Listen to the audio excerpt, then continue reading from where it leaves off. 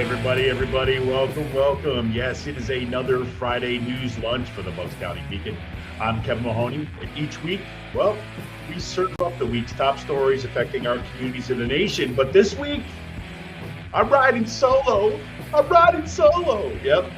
We're going to be just fine. Seriously, this is like my shtick. We're all good here. Lots of stuff going on, lots of kind of crazy weeks happening for all of us. I'm not even in the normal place that I'm normally in to do this show, in part because my basement is all torn up. So it's just been, one of those weeks, but we're here with you. We hope you'll join us live every week. Yes, every Friday at noon at YouTube, Instagram, Facebook, right on the Beacon's website at buckscountybeacon.com. And you can join us live. Join the chat, the live chat during the show. It's awesome. Bring some friends along too. Let them know about the show. Love to hear from you. Especially this week, I'm really liking to hear from folks. See what's kind of going on in your neck of the woods. Lots of great stuff going on. Resistance is building. I'm starting to feel good. Look, we're going to need independent, community-supported progressive media in the weeks, months, and years ahead. Could not be a better time to take a moment. Head on over to buckscountybeacon.com. Click on that Support the Beacon button. Yep, become a supporter. You can become a monthly entry-level supporter for as little as $1 a month. $1 a month. Phenomenal. Or a regular supporter for $5 a month. You can hit the yearly subscription for $50 a year. Just $50 a year will get you a yearly subscription. Or look, you just got some money burning a hole in your pocket. You can become a one-time contributor. Make a one-time donation. Just go to buckscountybeacon.com, click on Support the Beacon, become a supporter today. This week's menu, well, look, how do you decide, right? Seriously, how do you decide what to focus on, what not to focus on? So we're just going with it, right? Got a few things.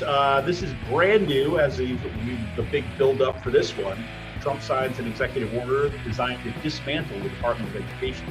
The proposed cuts put in jeopardy many low-income and rural schools, and it leaves many questions for people with student loans or college students who receive federal student financial aid. Yep, big what's going to happen next going on here. According to a blockbuster story in the New York Times, Elon Musk was to get a seat at a secret briefing about Pentagon plans for any possible war in China. Yep. Some of the most secretly guarded plans in the military, they were just going to invite Musk in. No security clearance, not an employee of the government, right? Just some guy who's wrecking our government. Yeah, we're going to bring him in, and now we're going to show him, here, this is how we would attack China. Look, to be fair, he's got to make sure that his Tesla plants over there in China aren't on any of those targets, right? Yep. Now, Trump has said that, no, this wasn't a Pentagon. This was just a visit. Musk was just coming over to talk about efficiency. That contradicts other reporting in the New York Times, so we'll see. This is a developing story. Now, new research from social movement scholars Erica Chenoweth, Jeremy Pressman, and Soha Hama show that resistance is alive and well in the U.S., and this is kind of one of the things we're going to focus on in today's show. Yep. It's just taking a different form this time around. Now, I don't know about you, but a lot of us here, we've been, feeling down, wondering how there's not more pushback. Well, it turns out maybe that has to do more with how we're kind of looking for that resistance rather than the resistance that's actually happening. We'll get into some of this story. Great piece just came out by these folks. And what they write, just to give you a brief, they write that our research shows that the street protests today are far more numerous and frequent than skeptics might guess. Right, just in February alone, there were 2,085 protests across the United States, compared to 937 during the same period during the first Trump administration. So we've got some stuff going on here. Right? And recently in the Beacon, Sheila Casey once again reports on Wednesday night's community town hall in Doylestown, calling out Representative Brian Fitzpatrick for his support of the destruction of our federal government by DOGE and the Republican spending bill. Yes, Fitzpatrick was invited. Invite was extended, but surprise, surprise, got to pull the dodge. Got to dodge any town hall. Got to dodge meet with the constituents. No, the only thing that showed up was an empty chair with his name on it. And once again, Fitzpatrick does the Fitzpatrick dodge, or Doge. According to Bucks County Commissioner Chair Robert Harvey Jr., Doge is responsible for about $800,000 in cuts to federal funds that were destined for Bucks County nonprofits and food pantries for individuals and families who are struggling with food insecurity. Yep. This is the result of deep cuts in the U.S. Department of Agriculture, as Linda Rizzo reports. Trump's cuts to federal workers are already taking their toll on Pennsylvanians. Ian Carble from the Penn Capital Star, and kind of reprinted in the Beacon, reports on the stories of some of those impacts, and those people who were impacted, and the pressure on Representative Scott Perry, you know, that stalwart Trump supporter and election denier. Yep. Well, his district, there are about 13,000 federal employees who are deeply concerned about their jobs if they haven't lost them already. And they're showing up at these town halls, which Scott Perry is not showing up at, or kind of expressing their personal kind of agreement on the fact that he's selling them down the river, especially given how many of those federal employees in his district are veterans who are losing their jobs. How about that? Scott Perry, you know, supporter of the military. Yeah, right. Not buying. And there's a great photo essay by Indivisible Bucks County documenting the amazing St. Patrick's Day protest outside Republican Representative Brian Fitzpatrick's office. Yep. According to the photo essay, over 100 local constituents of Republican Congressman Brian Fitzpatrick gathered in front of his office on Monday, St. Patrick's Day, to celebrate St. Patrick's Day by sharing their Fitzpatrick-themed limericks and filling out constituent contact forms for the elusive lawmaker who hasn't held a town hall in years, but seems to have found his own pot of gold at the end of his rainbow, as he's got his millionaire backers that are just lining his pockets so he never has to say squat to his constituents. How about that? Gotta love it. Gotta love it. Oh, man. Yes, you bet it. You bet. I'm here solo. You know it. And I'm happy about it. All right, everybody. So let's see here.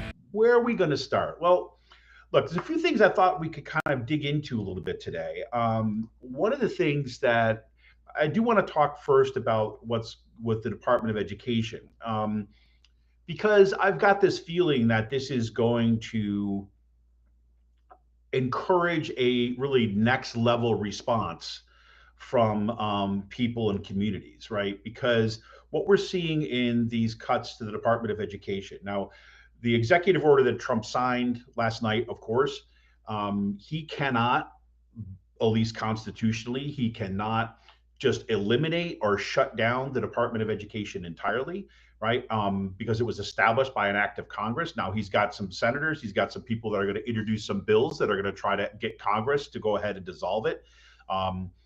We'll see if Chuck Schumer is going to have a spine this time around, or if he's just going to find some way to kind of hand a victory to the Republicans on that one. But I'm getting ahead of myself. But the implications are kind of widespread, right? These Trump and the Republicans have been relying upon a narrative of the Department of Education that basically says it's this big ideological organization that is attempting to, force DEI down all our throats and all this other kind of stuff. When in fact, that is so much of what the Department of Education does is just making sure that every kid gets an education, right? And making sure that we know that they're getting an education. And if they're not getting an education, how do we kind of, what kind of proposals can we draw out that can try to get those kids education? Now, in the US, we've got a horrible track record on providing kind of equity and education to all people, right? I mean, we know we have this weird way of funding our educational system in this country, which is by, zip code, right? Basically by property taxes, so that people that are in wealthy areas, right, will have better schools because their property taxes, because they're rich people. And even if their property taxes by percentage wise are lower, right, the revenue is higher because people are wealthy, right? And so the schools prosper, right?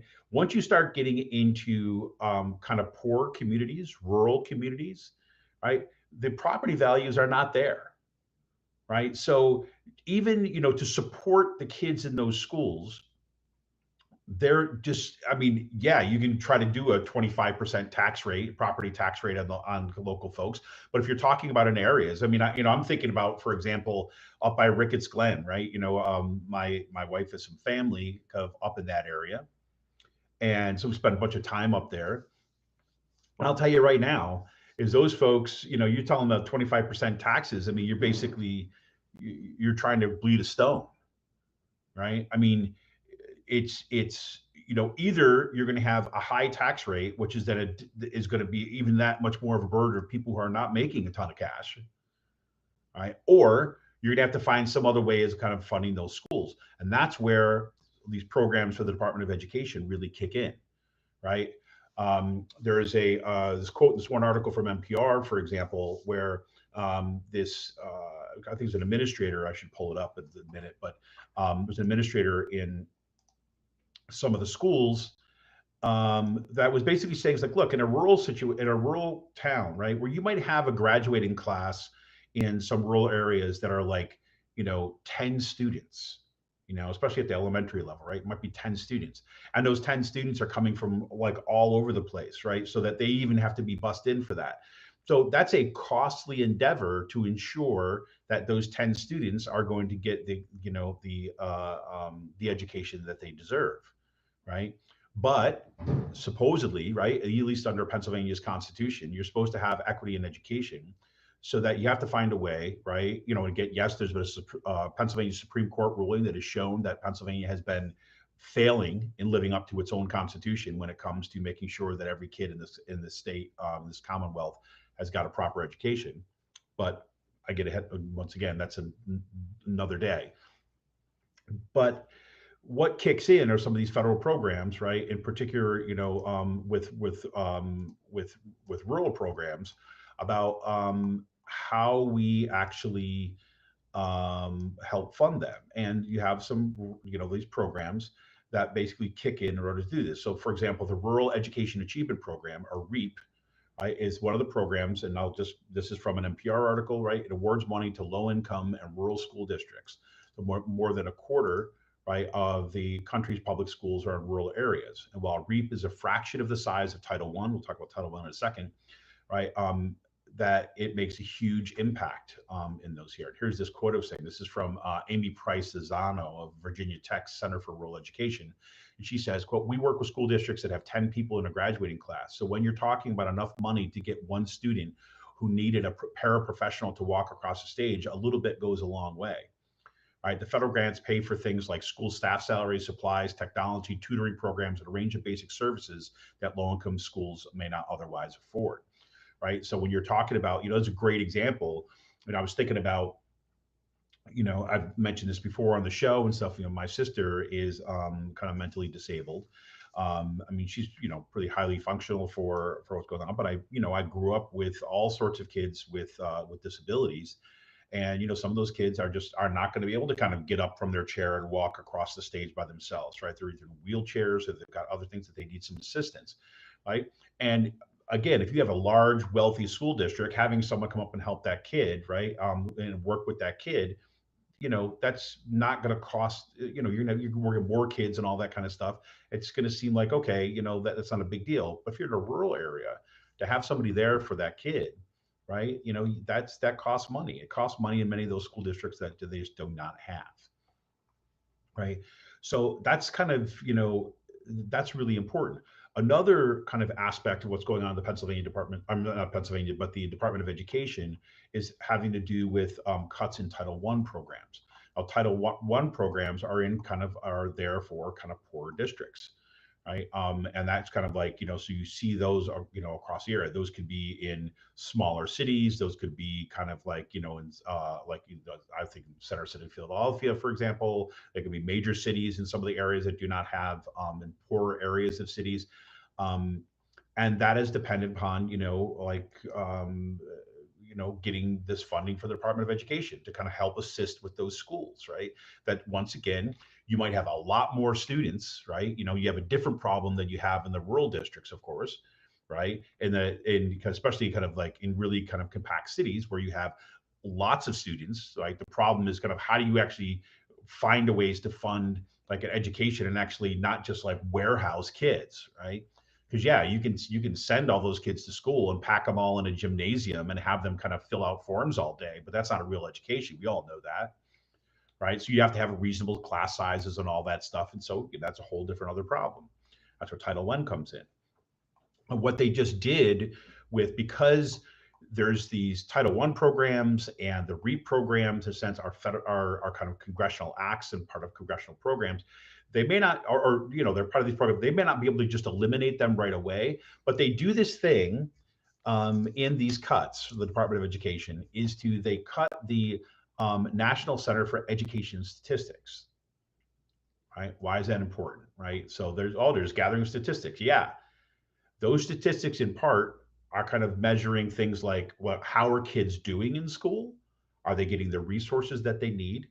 They also gather demographic data, so you know which schools are in poorer areas and need resources, right? And these grants, right? These federal grants, Title I grants, or the kind of REAP grants, they are determined in part by the statistics gathered by that organization, right? National Center for Educational Statistics.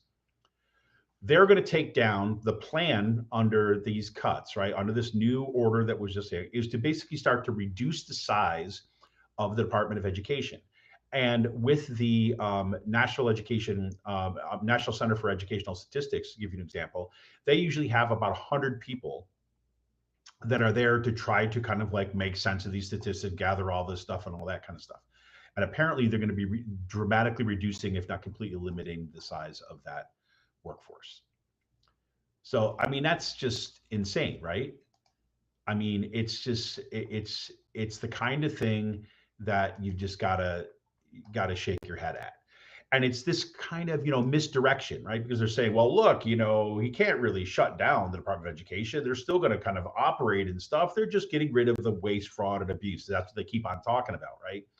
There's been no evidence offered to anybody, right? I mean, this is where judges are getting pissed off. This is where representatives or Congress people are getting pissed off because they're having hearings and nobody from the government is actually showing them, knowing from the Trump administration is showing them the proof, the evidence of what they claim that they're doing, right? This is kind of like governance by tweet or truther or whatever the heck you want to call that crap. This is not transparency, right? This is not showing us what they found. This is the proof that all they're trying to do here is cut, gut, and punish, to borrow the phrasing from my friend Rick Smith. Cut, gut, and punish. That's it. So cut, gut, and punish is what they're doing to these kids, especially in rural districts, right? And in kind of poor communities. That's our country right now, right? That we're going to kind of throw these kids. Now, remember, I seem to remember these people getting all up in arms saying, but the children, we care about the kids. What about the kids? Well, this is what they do with those kids. They say, too bad, kid. Too bad. And maybe they'll blame it on their parents for living in a rural area. Maybe they'll blame it on, the parents for the kid who lives in kind of an inner city environment, and they'll try to pitch it off on them. And yet, you have an unelected billionaire with his little 20-year-old cronies going in there, running some sort of algorithms and eliminating education for kids. And we're wondering why we're starting to get so much pushback and people are really pissed off. You see some of these town halls that the Republican Party, of course, has said to all their members, both senators and representatives, to not hold town halls. Right? They gave them kind of like directives: do not hold town halls because you're going to get some bad feedback. We don't want to have that in the media, right? Well, the small handful of those representatives or senators who actually held town halls, right? And I love the one by Chuck Grassley, right? I saw a story about this last night. he holds town hall, but he didn't tell anybody about it. It's not on his webpage anywhere. So it was kind of like this, like below the radar, let people know who will come and will be friendly, but still people found out about it and it showed up and gave him a run for his money. You see these other ones who do it. They did have town halls. They're getting shouted down. People are pissed off. And the problem that they're having, right? The problem these, like ideologues are having is that the people in the audience are not just your kind of, your regular cast of characters. They're not a bunch of like young college students that are pissed off. They're not just about, these kind of like lefty Democrats. They're everyday people who are watching their neighbors lose their jobs, right? They're concerned about their Social Security benefits. They're watching these reports and hearing these reports that the Trump administration is going to shut down about 40, at least, Social Security offices. And, right, in order to verify identification, right, this is great, right? Verify identification. If there's any kind of problem with getting your Social Security check or something like that, they're requiring in-person. You have to get to those offices in order to kind of verify your identification. At the same time, they're eliminating a whole bunch of those offices. And they're telling all these folks, these older folks, disabled folks, that they have to go online. That's their alternative. But they have to go in person. But if you have other complaints, you got to go online. Complete misdirection. And I don't know about you. If you've been around any folks that are older, right? Technological savvy and the ability to kind of get places quickly is not exactly, in their lane. And I think about my own parents, right? I think about my parents are in their 80s. I think about my sister. Like I said, she's got a mental disability who is going to have to rely upon some of these benefits. I'm thinking about the services that she gets. Like right now, she can't drive, right? So when she's got a job, and when she goes to the job, somebody will come and pick her up, right? That is part of a service, right? To ensure this is what the right hates, the equity thing, that my sister can live a semblance of a full life, right? With this kind of support. I said, well, why didn't her parents just take it? Well, my parents are in their 80s. They live in upstate New York. I live outside of Philadelphia. So am I supposed to like drive every morning 5 hours to go and kind of pick my sister up, take her to work, drive 5 hours back before I have to get to work? I mean, come on. And my sister's far better off than a lot of folks with disabilities. What's going to happen to them? We're just going to warehouse them too as well? That's what we got on the table here. So these cuts and this is, the kind of thing, right? This is the outrage at the wanting to eliminate and destroy the Department of Education, right? This is the first round of outrage. The trickle effects, they love to talk about trickle down. Well, this is going to be the trickle down effects. The trickle down effects are in the weeks and months ahead, when these school districts, all our school districts, start to feel the pain of not being able to provide services for their students, where they're seeing their educational programs suffer. That's when people are going to really get mad, and get mad in a whole different kind of way. And you think about it, what's going to happen? Think about your school district, right? Just think about your school district, wherever in the place around that you live. Whether you have kids or not, doesn't matter. And so you've got a school board that is suddenly faced with the fact that it's got whatever, say 9% of its budget gone. Where does that 9% come? Do you fire teachers to make that up? Some school districts have already kind of rescinded hiring or rescinded offers of employment to new teachers, because they don't know how they're going to hire them. They're not even going to know if those teachers right, are going to be allowed to have jobs because some of them work within DEI. They help disabled kids, for example. That's flagged, right? Can't provide access. Nope. That's discriminatory in their freaking crazy worldview. So what do? Well, we can't hire teachers. We got to get rid of some teachers. Okay, so you get rid of some teachers to save money, to make those cuts, because that's how we do things in this country, right? We don't raise money, we just cut it. Make people suffer while we hand it all to the billionaires, right? That's what we do.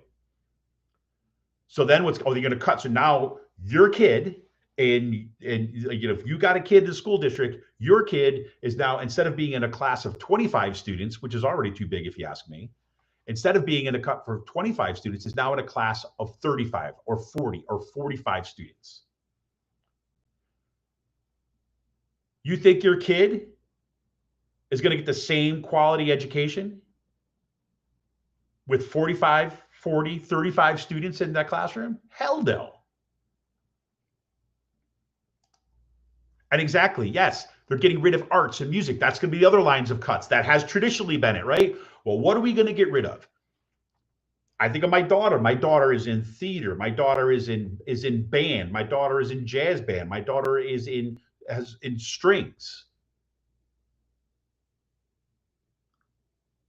She got to play in kind of like countywide honors band, right? Bucksmont honors band. She got to do that, right? That is, not only has it enriched everything about her experience in school, right? I'm 100% convinced that has also kind of helped her even more in school.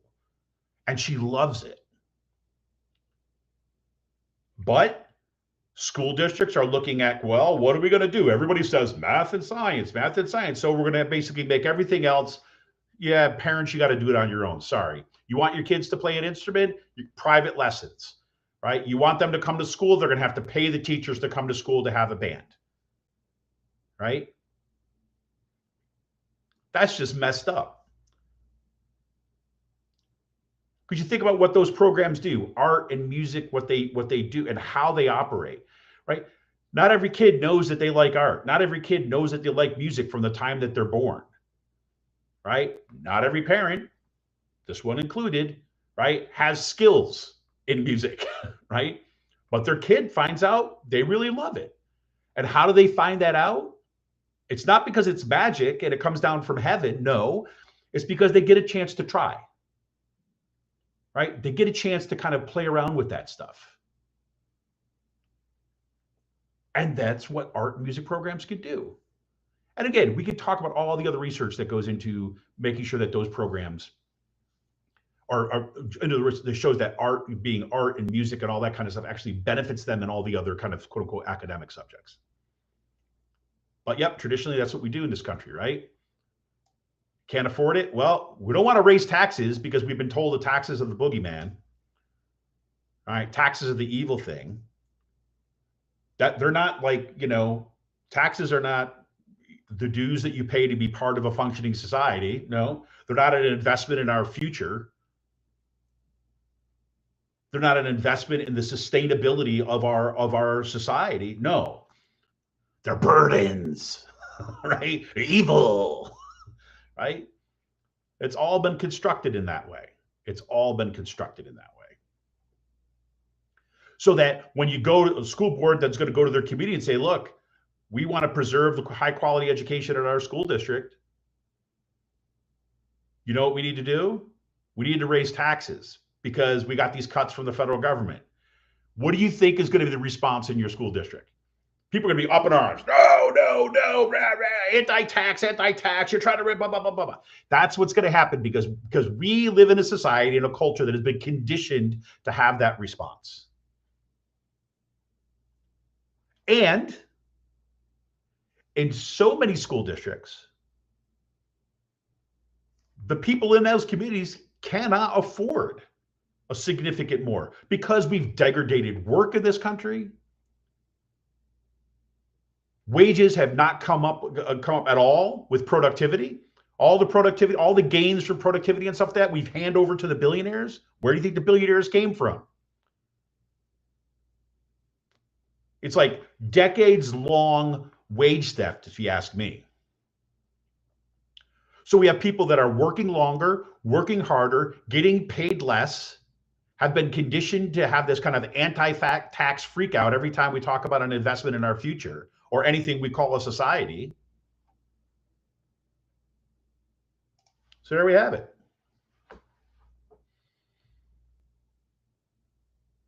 Yeah, there you go. Great question. What about those school districts that already raise taxes by the maximum amount each year already and still can't meet things? Yeah, there you go. There you go. So this is the kind of thing we do. So then on the other hand, I know I'm spending a lot of time on this, but just want to just the opportunity to just kind of unpack this a little bit. So let's talk about the other part about the Department of Education, about the elimination of that. All right, the other part of that has to do with student loans, right? I mean, there's a bunch of other things too as well, but just for today, because it's a Friday, we'll just tackle a little bit, all right? On the student loan programs, right? Now, justifiably, students are concerned about what's going to happen to their student loans. And they're concerned about what's going to happen to federal student aid. Those are great questions. Now, a couple things. There's a really good breakdown of this in Axios, right? So one of the things that they keep on saying, I want to go to this part right here. Well, let me say this first. The Trump administration has said that they're not going to, everything's going to be fine. Basically what they're telling everybody, everything's going to be fine. Your student loans still going to go on. Your kind of Pell Grants, you're still going to be there, right? Well, they're acts of Congress, right? So once again, he can't just do that by himself. But all that stuff is going to be fine. We're not getting rid of those things, right? Okay, that's fine for your little kind of whatever, take a break from Mar-a-Lago, whatever you're doing down there, and to say that to people. But the mechanics of it, right? The actual day-to-day, because things don't happen by themselves, right? We don't live in some sort of like Fantasia world where brooms like clean the room for you. No, all things happen because as a result of people's work, right?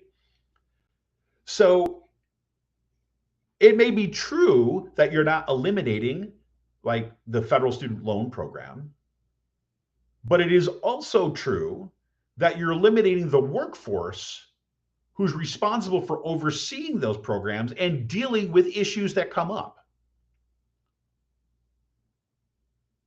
So I don't know if any of you ever had to call like about your student loans and try to work through like a payment plan or something like this. I sure as hell did.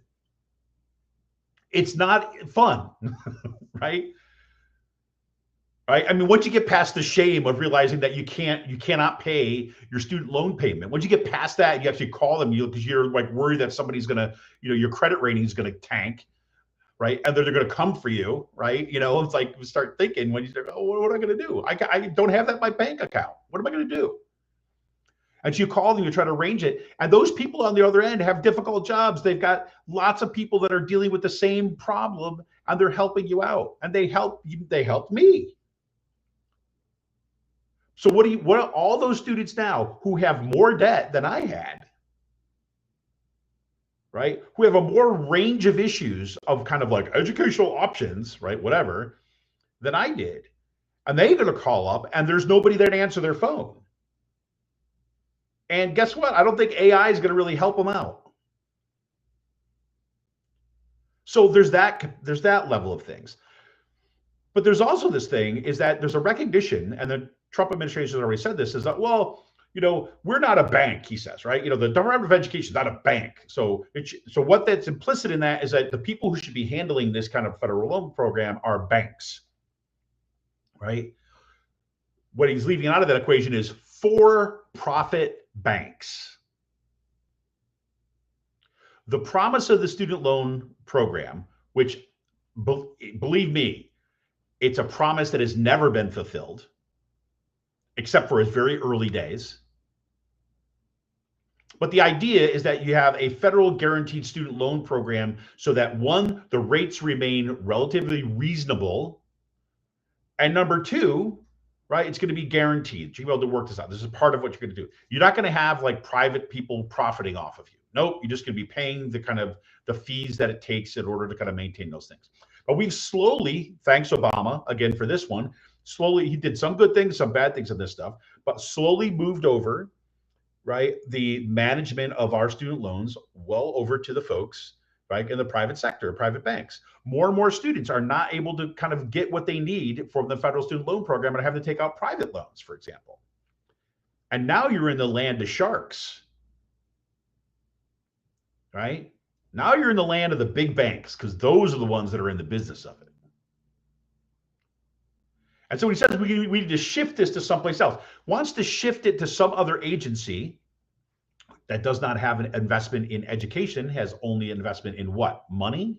They want to shift it over to Treasury because it's just about collecting funds? Maybe, but we don't know. And what's going to happen in that transition?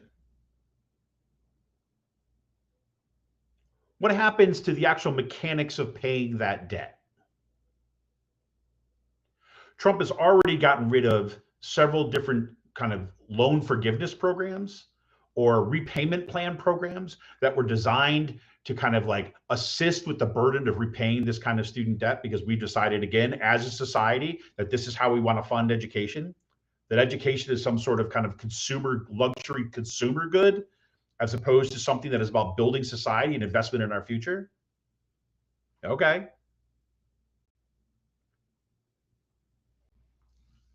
So it's going to cause problems in the actual processing.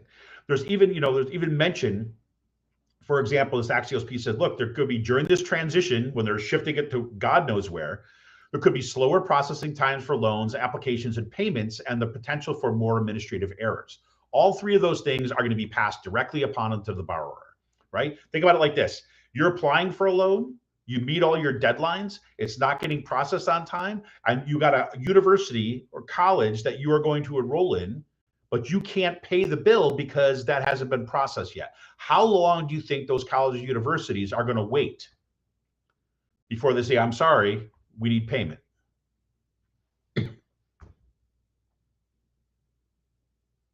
And then what's that going to do to those colleges and universities who are waiting for payment? Just a thought. There's errors on applications that are made by people because who knows, maybe Musk is going to turn this all over to some AI processing bot as a way of dealing with all this stuff, and mistakes will get made because you just eliminated all the professionals. You got a mistake on your application. You got a mistake on how things have been filed. Who do you think is going to be held responsible for that? You will. Just another one.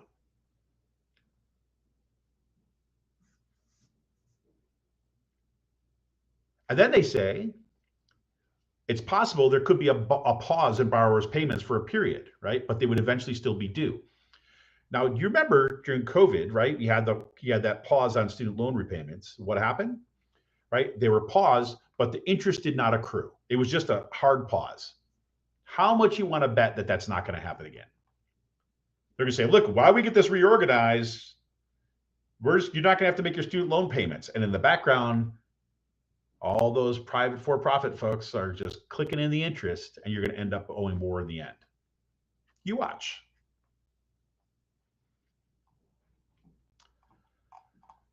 So that's the other thing. The other thing is too, is when we start talking about Pell Grants, and it's like, look,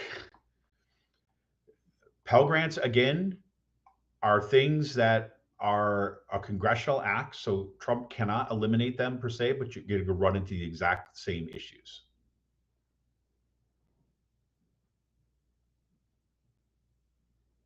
And who's going to manage them? And what are their interests going to be?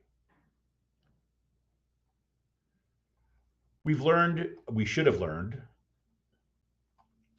that you can bleed agencies in more than one way. It's not just about shutting it down directly. It's also about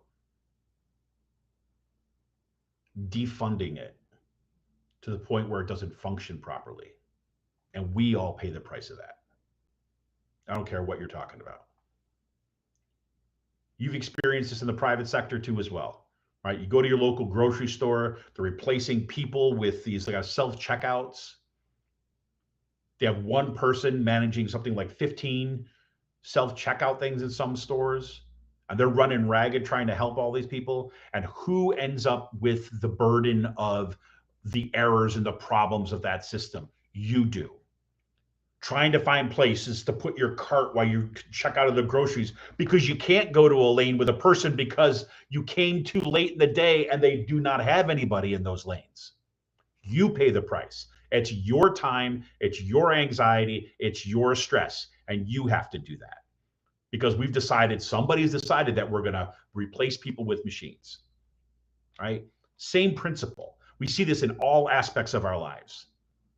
They tell us it's about efficiency, and that is nothing but a code word for eliminating people and reaping more profits for themselves while we pick up the labor. That's it. You wonder why you're stressed. Well, there you go. This has been the playbook for years. So let me just say this. So that I mean, I want to spend a little time at the Department of Education because it's like it's just another one of these issues right now that is getting exploded, and that is going to have downstream effects for all of us. And we're going to kind of see that funnel into this growing resistance movement. I want to spend kind of the bulk of the rest of the time really kind of talking about this. We'll talk, a little bit about some of the stuff that's coming up with the Beacon. There's been some great articles posted in the Beacon. We'll talk about in a minute. But I don't know about you. I mean, look, I could get into a whole psychology thing on this. I'm not going to do that. But I found it incredibly difficult. Not difficult. I'll wind back up. You've heard me say this on the show before, but I've entered this space, right? This part of our Trumpian world, right? This time around in a very different way than I did the first time. The first time it was just like pouring of outrage and frustration and anger, especially at the way because the first time round when you saw the kind of the ways that the racist attacks, the rise of the kind of militia folks and all this other kind of stuff, the rise of these kind of neo-Nazi groups that were kind of out in public and were being celebrated at the top levels of our government, all that kind of stuff. This time around, to a certain degree, and this is not a good thing, but to a certain degree, that behavior, just at the behavioral level, right, has been normalized, right? So that we know, like, and I don't mean normalize is probably not the right word, but let's put it this way. That's something I expected, and I expected it to be worse going forward. And a lot of people that I've talked to were also in that mindset. Remember what it was like last time. It's going to be worse this time, and they're going to be that much more emboldened, right? So that was kind of number one. Number two, I had a really good sense of what was going to happen, right? We had this Project 2025 that came out that kind of was like the playbook. What's interesting is like, from a veteran of the Tea Party days, right? Back in 2011, right? There was a 2010 election, midterm elections, where you had this big Tea Party swing, and there was all this kind of anti-government, cut everything. And you saw some of the militia folks at that point too as well. But it was like, this, we got to get rid of government, all that kind of stuff, right? Obama's a socialist, and no, everybody just let them die in the streets. Don't give everybody medical care, all that kind of stuff. You remember those days. Some of you do. But what we learned and what happened in that, and this is, the benefit of history to a certain degree, what happened during that period of time was there was this massive playbook, right, that was being rolled out, started in Wisconsin, right? I got a book on my shelf that says it started in Wisconsin, right? Where you saw the governor of Wisconsin at the time rolled out all these kind of anti-labor stuff, attacks on universities, attacks on poor people, one thing after the other. And literally within a few weeks of Scott Walker was the governor's name, Scott Walker rolling that stuff out, you started seeing the same thing in Indiana, in Idaho, in Ohio. And it was almost as if, I remember people saying, like, there was a playbook for this, right? And it turns out, yes, there was. And that's when you had, we started learning about the American Legislative Exchange Council. You had, Media Matters for America. You had the ALEC Exposed kind of website coming out. You had people, and you found out that there was like model legislation and a playbook that had been circulated around. That's when actually Raging Chicken got started, because we saw what was coming. So what are we going to do here in Pennsylvania? What can I do at this point, to like, try to contribute? Right. Anyways, by knowing there's a playbook, right? In 2011, we found out kind of afterwards. This time, we saw the very people that were in the Trump administration and some of the leaders of these kind of right-wing think tanks who have been all about kind of destroying our society for a long period of time. What they did is they put together this thing called Project 2025, which I'm sure most of you who are listening to this or watching this are familiar with. So we knew what was coming and what the plan was. And for those of us who are paying really close attention, and you try to tell, like, we'll say your everyday Democrat, like, this stuff is real, you can see the look on their face that, like, you're kind of like, you're blowing smoke, you're this conspiratorial, all this other kind of stuff. Are like, yeah, it's not that bad. I hear that, you think that, but I don't think that's going to happen. And not by any sense of ignorance or malice or thing, like, they just, like, it just didn't seem possible. It seemed a little bit too fantastic. But sure enough, that's what we see happening. And I remember in the first initial kind of couple of weeks feeling this real sense of like, we're just not prepared for this moment. And look, of the kind of whatever Democratic Party leadership certainly did not kind of like help with that, because they seemed like, supposedly a political party that is in opposition, that has been yelling from the rooftops that this is a crisis in our democracy. You think those folks might have had a little bit of a plan. Nope, not at all. All just blah, blah, blah, blah, blah, blah. So we knew it was coming, and it felt really frustrating. And we didn't see this massive response like we did to the first Trump administration. We didn't see, like, the day after inauguration, the Women's March, the kind of the biggest single day protest in history. There wasn't that. And for a lot of people, and I would say myself included, but a little bit of a different way, but for a lot of folks, it felt really like, shit, people have just given up. And there was this narrative about, like, well, the resistance is dead and people have just accepted it and they're not blah, blah, blah, blah, blah. And it kind of felt like that for a while. We've talked about this on the show. I mean, I had these conversations with friends, and like, where's the resistance, right? Where's the pushback? Have people just accepted this? Have it like that? Well, turns out, no. There's this great piece in, why is this not working? Here we go. Oh my gosh, sorry about this. There's this great piece in Waging Nonviolence. Waging Nonviolence is a great website does really good analysis and research and thinking and strategy about kind of mass social movements, right? And Erica Chenoweth is just a fantastic researcher of social movements, and she looks at, like, actual social movements. She's a political scientist and so on. Jeremy Pressman, same thing. And then Soha Haman, who I did not know, but is also on this as one of the researchers who was part of this, is a postdoc. Started looking at what was happening in terms of research. And I just want to read a couple things from here, because maybe it won't help you as much as it helped me, but this left me in a super positive mood after reading it. So here's how they begin this. They say, where is the resistance? It's a common refrain. Our research affirms that the resistance is alive and well.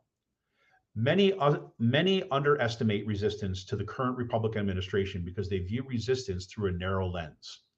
The 2017 Women's March in particular, immediate in its response, massive in its scope and size, may inform collective imaginations about what the beginning of a resistance movement should look like during Trump 2.0. Right? That's a super important point. Right? What do people have in their imaginations, right? What do we think about? What are we expecting when we're kind of looking for this kind of pushback? And the Women's March was like, I mean, like literally unprecedented in American history, right?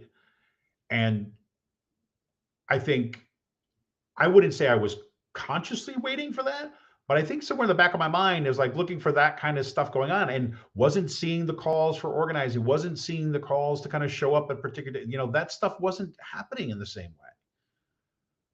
And so that led to it. But so this is what we expected it to look like. But this is what she says, or they say. In fact, our research shows that street protests today are far more numerous and frequent than skeptics might suggest. Although it is true that the reconfigured People's March of 2025 that was held on January 18th saw lower turnout than the 2017 Women's March, that date also saw the most protests in a single day for over a year. And since January 22nd, we've seen more than twice as many street protests than took place during the same period 8 years ago.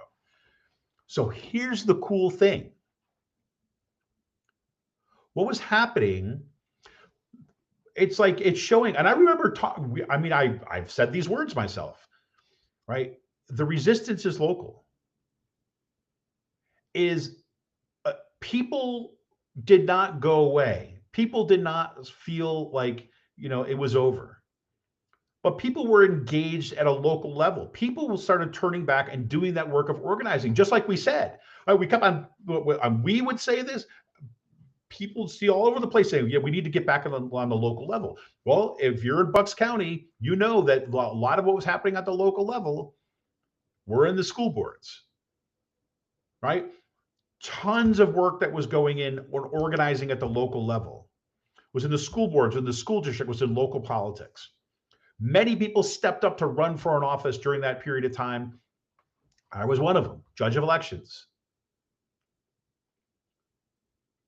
And to kind of do that work of organizing, right? I've got, people in my community who who have become like practically professional door knockers, right? For candidates, for issues, for all that kind of stuff. And that was multiplied across the country. And, if you kind of rewind, if I was rewinding my own brain and kind of remembering all these instances, is they were diffuse, right? So maybe there was a protest and maybe there was an action that turned out 25 people in a small town, but that's 25 people in a small town who had never turned out in a small town before. And so what these folks are doing in this piece, right? And again, the title of it is Resistance is Alive and Well in the United States, is what they did is they found out that no, and they've got this great graph in there that shows you like an explosion of protest. Let me read a little bit more. In February 2025 alone, we have already tallied 2,085 protests, which included major protests in support of federal workers, LGBTQ rights, immigrant rights, Palestinian self-determination, Ukraine, and demonstrations against Tesla and Trump's agenda more generally. This is compared with 937 protests in the United States in February 2017, which included major protests there too as well, right? Things like, against the Muslim ban, the March for Science and stuff like this. These are all occurring in the background of a tidal wave of lawsuits challenging the Trump administration's early moves. This is great. Here's a really cool point. Historically, street protests and legal challenges are common avenues for popular opposition to governance, but economic cooperation, such as strikes, boycotts, and boycotts, is what often gets the goods. Individual participation is deliberately obscure, and targeted companies may have little interest in releasing internal data. Only the aggregate impacts are measurable. And in the case of Tesla, Target, and other companies, the impacts so far have been measurable indeed.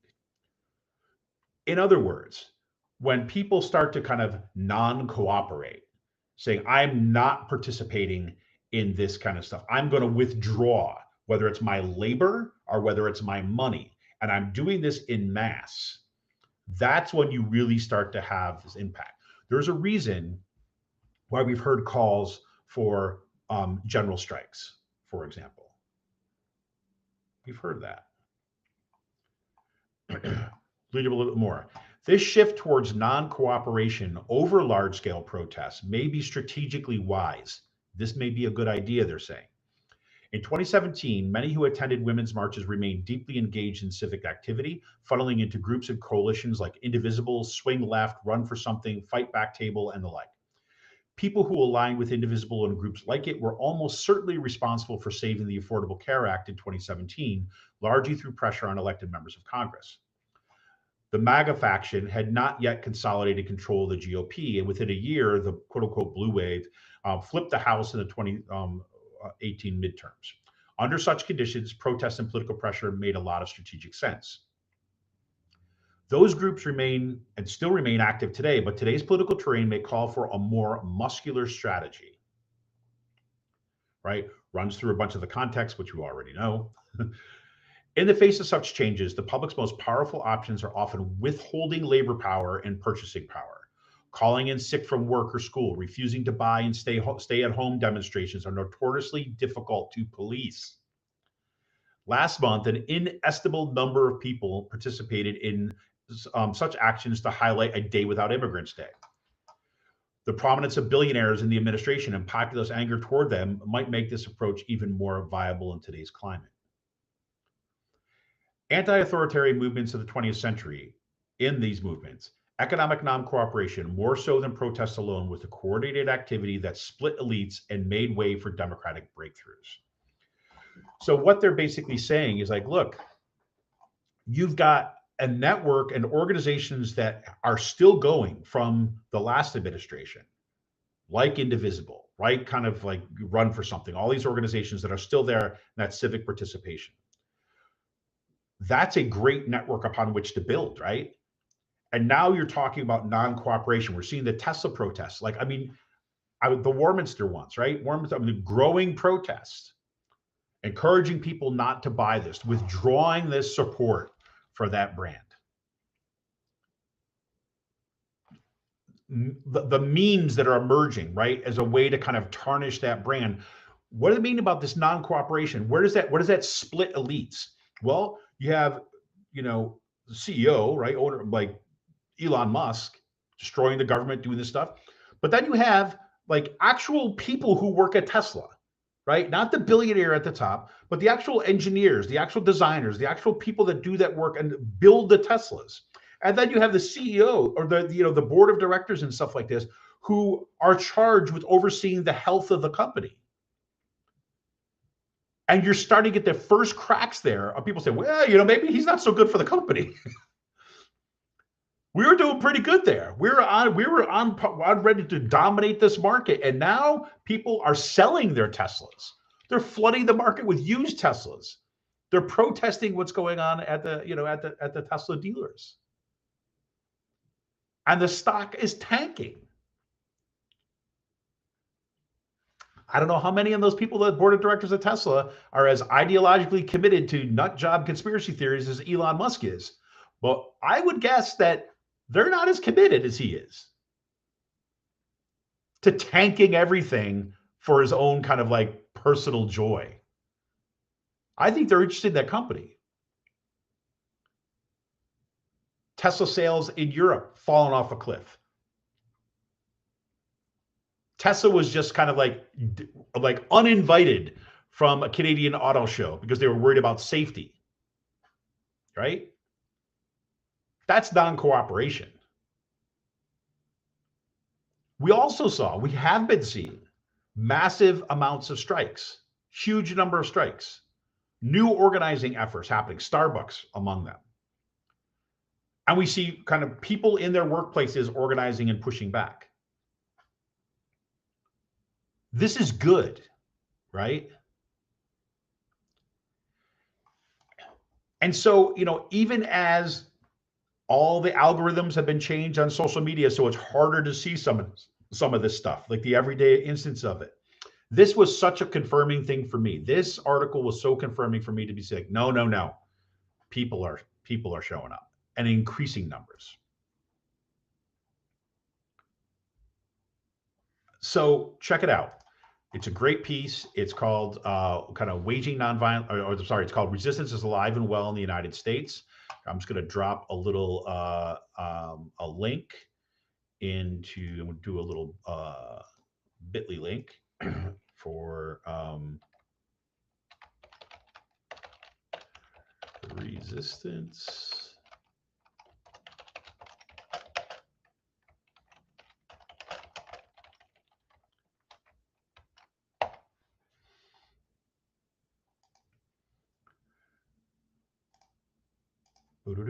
Since this is live and well, that's the title of it. And here's the link. Right, it's in today's chat too as well. So good news, right? Good news. All right. Well, I hope you've not been too turned off by my little solo endeavor in this week's Friday News Lunch, but I thought, let's change it up a little bit. I will say this, right? That in the coming weeks, we're going to be trying some things with the Friday News Lunch. I think it kind of is a nice little dovetail with what we're just finding here in this research about this resistance, is because there's so much happening in our communities, right? I mean, and now you can start to see it. I mean, I was in a meeting last night with Upper Bucks United. Planning, there's a big action coming up on April 5th, right? As part of a national day of action being called by that emergent 50-51 movement, right? 50 capitals, 50 states, one movement, right? These kind of diffuse actions that are kind of happening and growing across the country. Massive day of the people's veto is being billed as, right? And it's not just happening in Washington, D.C. It will be, but it's going to be happening in communities all over the country. So being at a meeting last night talking about planning that local action was pretty amazing. And people were not disaffected. People are beyond. I mean, the good thing is, like, you talk to more and more people are beyond just being like, oh my God, this is awful. People are pissed and they're looking for things to do. I can't tell you the number of people in this meeting, people come and say, like, I need to be connected to people and I need to find something to do. I can't just sit around. I have to do something. I've never done this before, but I'm here to do something. And I need to be with people. That made my heart sing. I can't even tell you.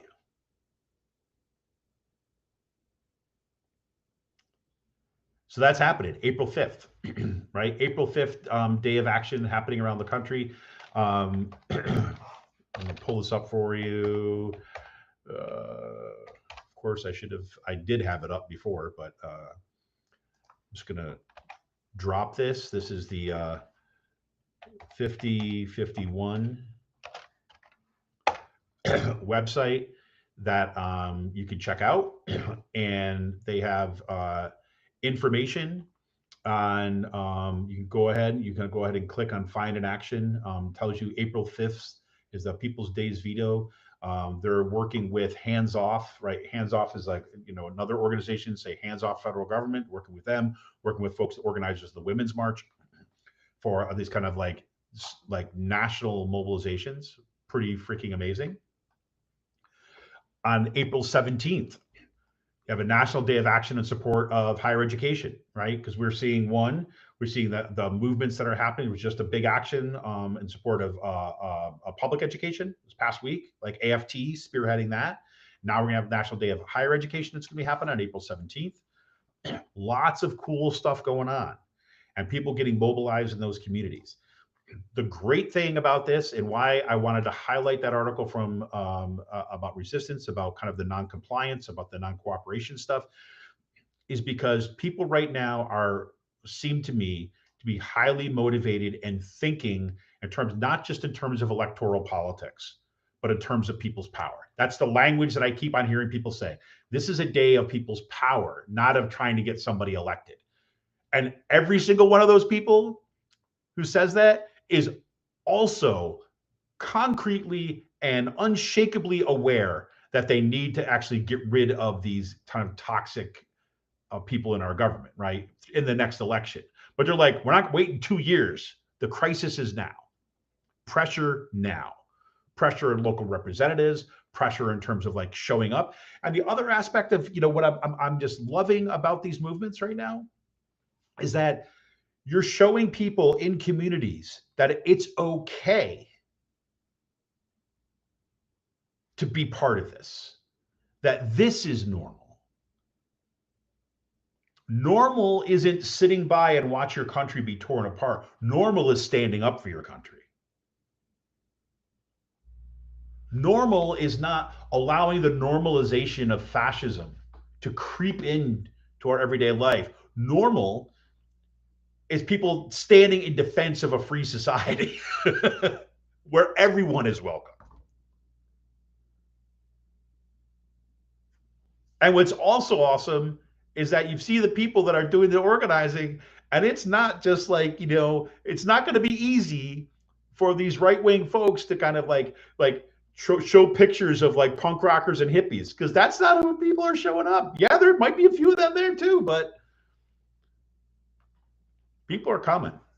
The people are coming and they're mobilized. It's pretty awesome. All right, I should wrap this up pretty soon, everybody, but I want to kind of point out some great stuff happening in the Beacon. Leila Casey, I kind of talked about this here. Great piece reporting out on the Wednesday night's community town hall in Doylestown. It was held at the Borough Building. Just an amazing turnout, packed room. Of course, it was kind of a town hall, basically saying because Representative Brian Fitzpatrick doesn't meet with his constituents.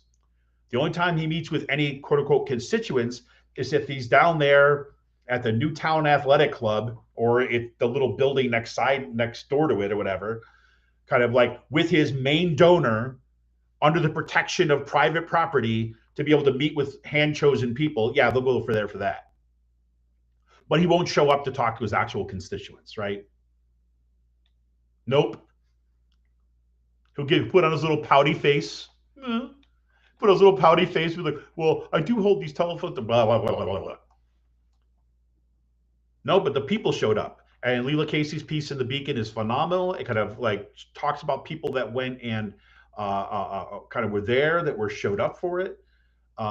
Goes through the kind of people talking about kind of immigrants' rights. People talk about the impact in education. People talk about the gutting of our, of our resources in our community. Pretty awesome. Then you got this great piece. Again, check this one out. Melinda Rizzo reported on this. It was, this is like the kind of reporting I crave. You know what I'm saying? It's like, this is the reason why the Beacon is so important.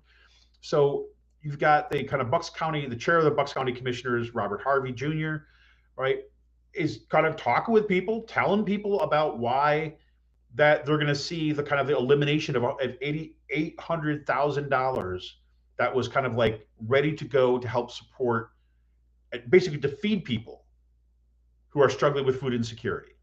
Go to the nonprofit organizations and food banks and places like that. They're trying to help out families who are struggling.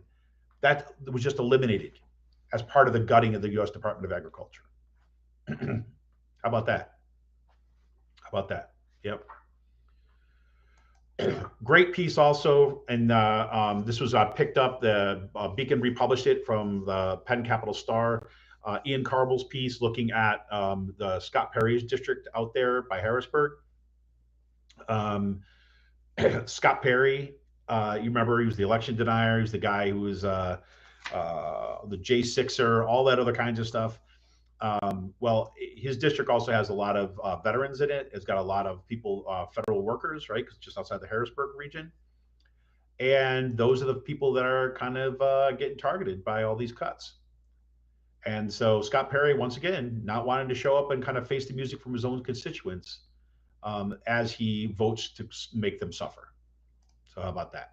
Great piece there too as well. And lastly, I just kind of want to give a mention, a shout out to a fantastic photo essay by Indivisible Bucks County, published in the Beacon, about their St. Patrick's Day event, protest at Brian Fitzpatrick's office. I don't know if you saw the pictures online about it, if you saw any reporting. It was just phenomenal. People dressed up in leprechauns. People all got all the green on St. Patrick's Day. One of Brian Fitzpatrick's aides was in a car outside there, big Brian Fitzpatrick sign on the side of it. And one of the protesters had gone up to the guy, right, and was saying, like, why was he protect us? Why is he trying to save Medicare? Why is he trying to cut Medicaid? But something along these lines. And what does the guy do? Classy move. Brian Fitzpatrick's people, he gives him the finger. Fitzpatrick aide gives this guy a finger for going up and kind of asking this question. How about that? Classy Fitzpatrick. Nothing but the best. Best and the brightest, right? Fantastic. So do check that out. The pictures are just filled with hope. I love, there's this great picture that leads it off. Basically, Fitzpatrick offices, they had all these little shamrocks, right? And they wrote messages on the shamrocks, and they kind of taped them up outside his office. So you got his like office doors covered with all these shamrocks with different messages for him on it. It's just like the combination of resistance and joy all at once was just too good to be true. So do check that out too as well. Beacon has just been rocking it once again. So support the Beacon as best you can. Just a note for anybody who's going to check out all these things today too as well. There's been some kind of little bit of kind of changes in some of the website stuff. So they're doing some kind of updates to try to make it work. So if it's a little bit slow in loading, right, or doesn't load right away, or you're getting an error, don't worry about it. It's going to be fixed kind of in the, like next to immediate future. Just kind of one of these, like, another aspect of this chaotic week, right? This in the kind of category of tech stuff. So just know that ahead of time. All right, everybody, that is going to do it for this week's Friday's News Lunch. Yes, I remember talking to Emily a little bit today, and it was like, yeah, go ahead. Yeah, you do like, you do a short piece, whatever. And I just can't shut myself up. Look at this. Went longer than I expected. But, I love being here. Love that, do what we can to get the word out, keep people engaged, to kind of shine a light on the amazing work that's happening in our communities. You just can't beat it. You just can't beat this community. So also just want to give this opportunity to kind of, once again, remind you, look, we're going to need independent, community supported progressive media in the weeks, months, and years ahead. Could not be more like starkly shown to us in every single daily news cycle, but here we are. Cannot be a better time. Take a minute, head over to buckscountybeacon.com, click on that big button that says support the Beacon, become a supporter today. You become a monthly entry-level supporter for as little as $1 a month. $1 a month. You can be a regular supporter for $5 a month. $5 a month. That's, hop right on that. You can do more if you want, but you hit the $5 level. That's fantastic. Or become a yearly supporter for as little as $50 a year.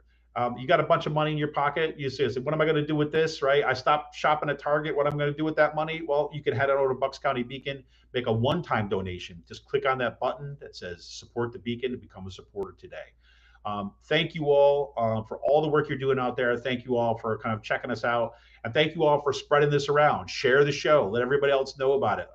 The more that you kind of share this stuff around, the more that gets views for the Beacon, the more that supports the writers and all the people behind the scenes that make this place work. So, hey, everybody. I don't know about you, but I think I'm going into this weekend feeling up and ready to go. Hope you are too. I wish you the best. See you later.